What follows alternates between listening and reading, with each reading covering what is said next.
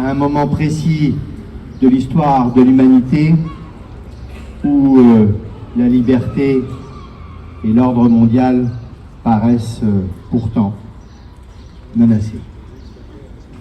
Ça n'en rend que plus utile le témoignage de notre reconnaissance ce matin vis-à-vis des combattants d'Indochine.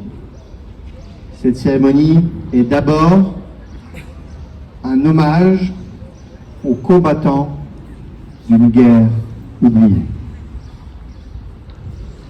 Vous êtes revenus sur le détail et la chronologie des faits qui aboutissent à l'armistice du 7 juin 54.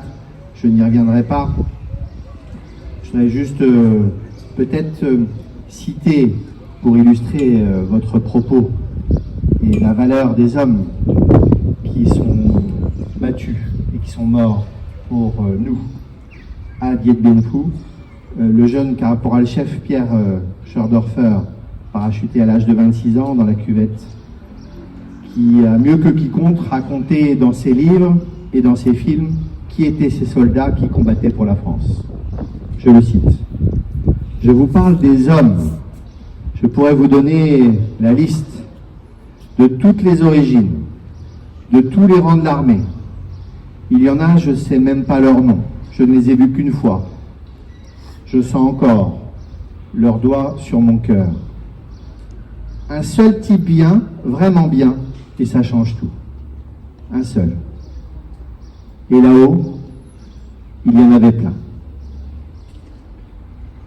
Cette cérémonie est aussi un hommage à la paix retrouvée. La paix retrouvée, le goût de la paix, la saveur de la paix, le parfum de la paix succède à l'horreur et à la souffrance. La souffrance de l'âpreté des combats qui vient d'être rappelée, la souffrance des conditions de détention dans les camps, la souffrance peut-être encore plus forte et plus durable dans le temps, du désintérêt, de la méconnaissance, du mépris, de l'irrespect, dans lequel les survivants, les blessés, les mutilés d'Indochine ont été accueillis en France, sur le territoire hexagonal. Finalement, c'est la souffrance de la France que nous essayons ce matin ensemble de conjurer. Le verrou défensif de Dien Bien Phu n'aura pas tenu plus de 56 jours. Et finalement, les accords d'armistice finissent par être signés en 54. Mesdames et messieurs, chers amis, le sacrifice de nos aînés nous oblige, l'année dernière, cette année, l'année prochaine, à manifester humblement, simplement, au milieu d'une ville tournée vers la mer et vers les congés de fin de semaine, et le soleil qui apparaîtra, les bateaux qui arriveront dans le chenal, nous oblige chaque année, ici, même dans l'indifférence, surtout dans l'indifférence, à nous retrouver, à nous serrer les coudes et à rendre hommage, rendre honneur aux combattants d'Indochine. Les gerbes de la ville sont remises par M. Yannick Moreau, maire des Sables-d'Olonne, accompagné de M. Louis Guédon.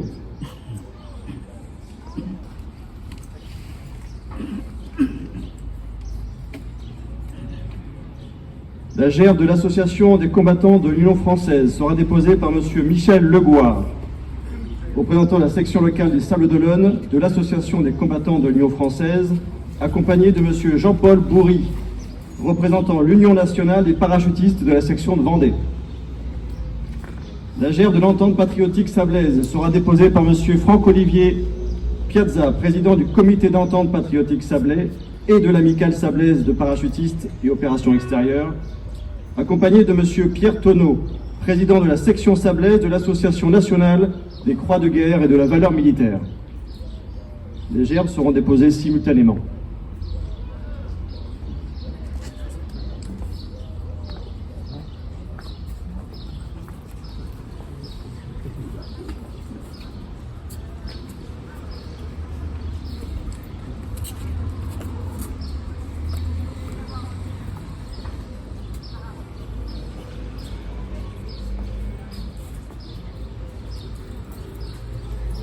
Drapeau sautoir.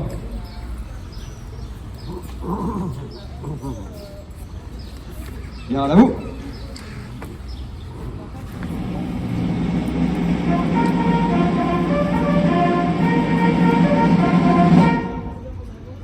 Au mort.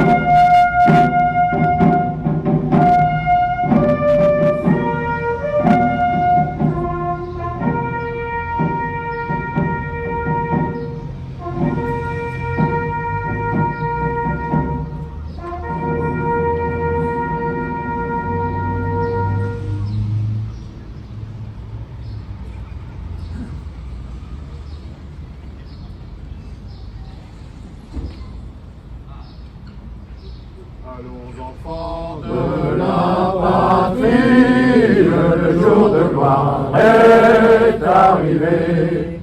Contre nous de la tyrannie, l'étendard sanglant élevé, l'étendard sanglant élevé. Entendez-vous dans nos campagnes mugir ces féroces soldats qui viennent jusque dans nos bras, égorger nos fils et nos compagnes. Aux armes, citoyens, formez vos bataillons, marchons, marchons.